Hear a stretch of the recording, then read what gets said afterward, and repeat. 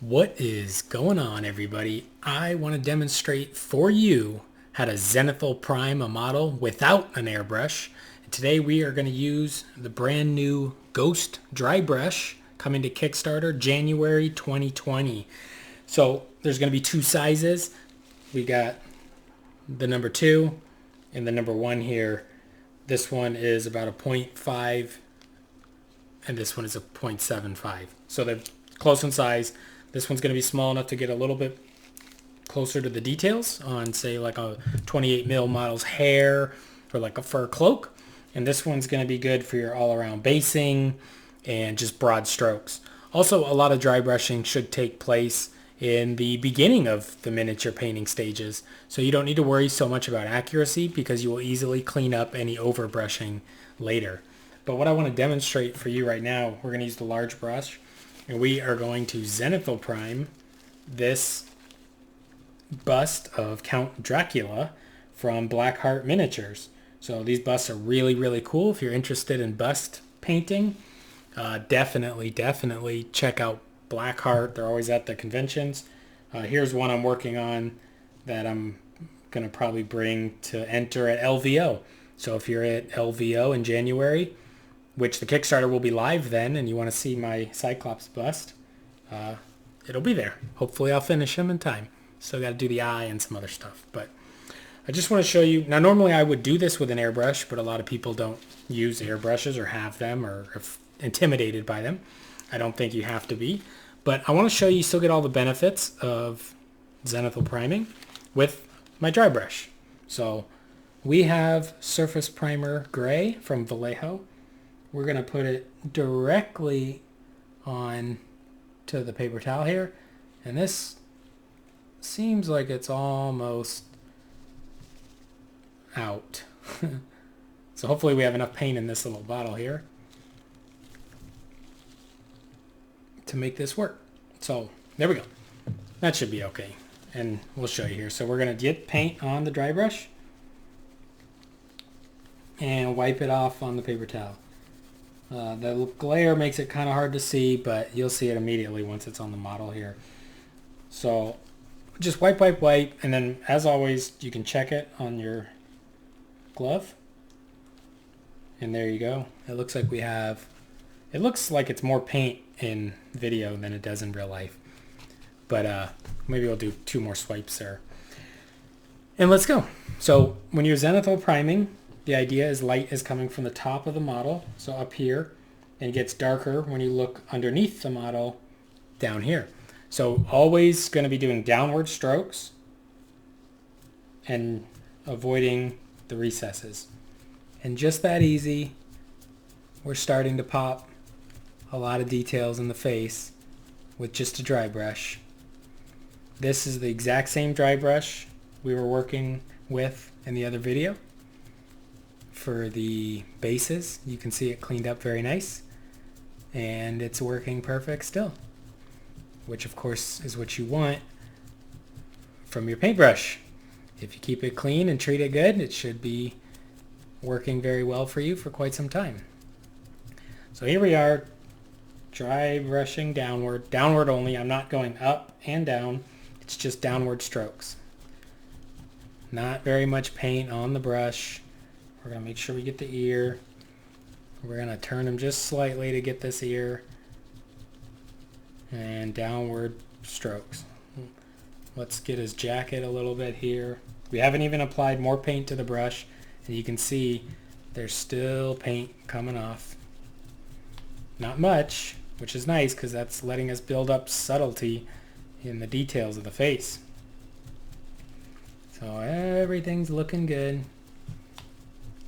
And look at that. Already, you can see Dracula's details starting to pop. If you look from below, he's really dark. If you look from above, it looks like he's lit. So that's what gives him that dynamic look. And that's exactly what Zenithal priming would do with an airbrush.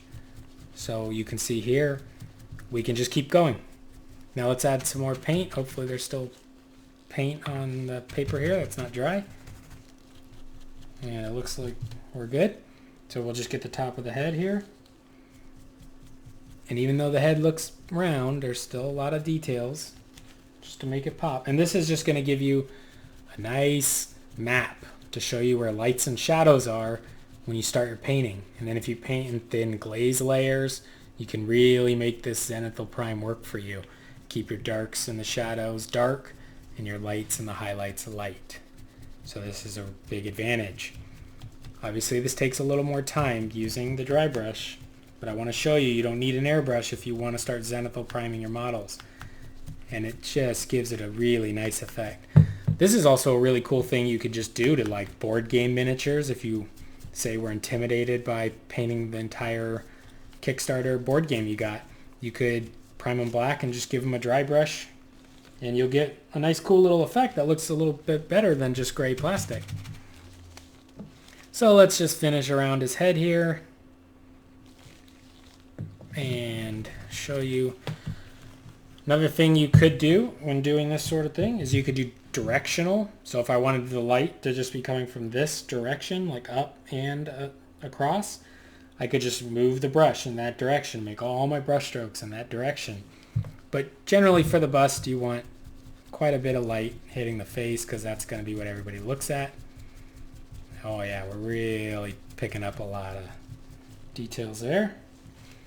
And I'll show you, really get the back of his head. I'm only brushing downwards, only downward strokes, not up and down, not up and down, just down. And we'll leave this a little darker because I'm going to go back and I could hit this at any time. Now on the shirt, if you wanted, you could go back and forth. This is going back and forth because I'm trying to hit this edge and this edge. And it's just a jacket, which of course we can work on later to try to make it look like it's leather or whatever. You can also apply like a stippling effect, which you just stab at the model. Let me move my hand a little bit. You can just stab, stab, stab, stab, stab, stab, stab, stab.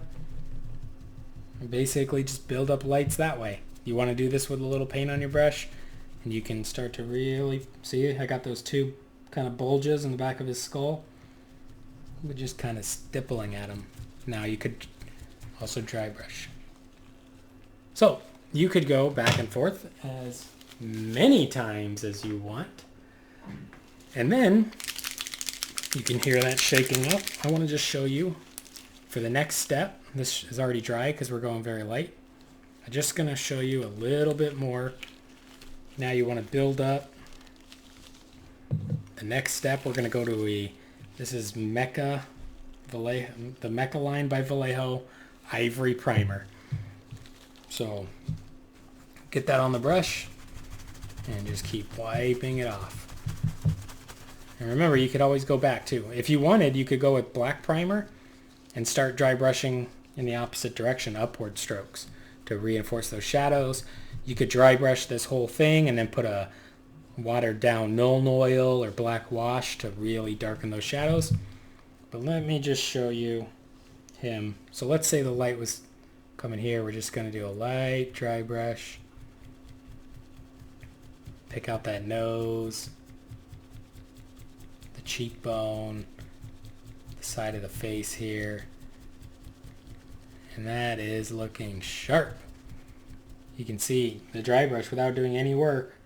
See that dark, dark shadow right there on his cranium, that brow bone that goes up here into the top of the skull. See how dark that was left? Look at that dark line. That's because the dry brush isn't hitting there, because as it passes over here, it's catching just this top rim and leaving that dark. You see that? And that's the power of the Zenithal Prime. So you're really getting a good sense of what the light and darks are on the model. So there we go. Now hopefully that reads on camera, but this side of his face is brighter now because it's got the ivory, but I like it on all the sides. So we're going to just go over the same thing. And hopefully, now we could go back and forth a little bit on the teeth, but I wouldn't worry about that because we'll go back and hit those later. And then we're assuming the light, we could stipple again on top of the head.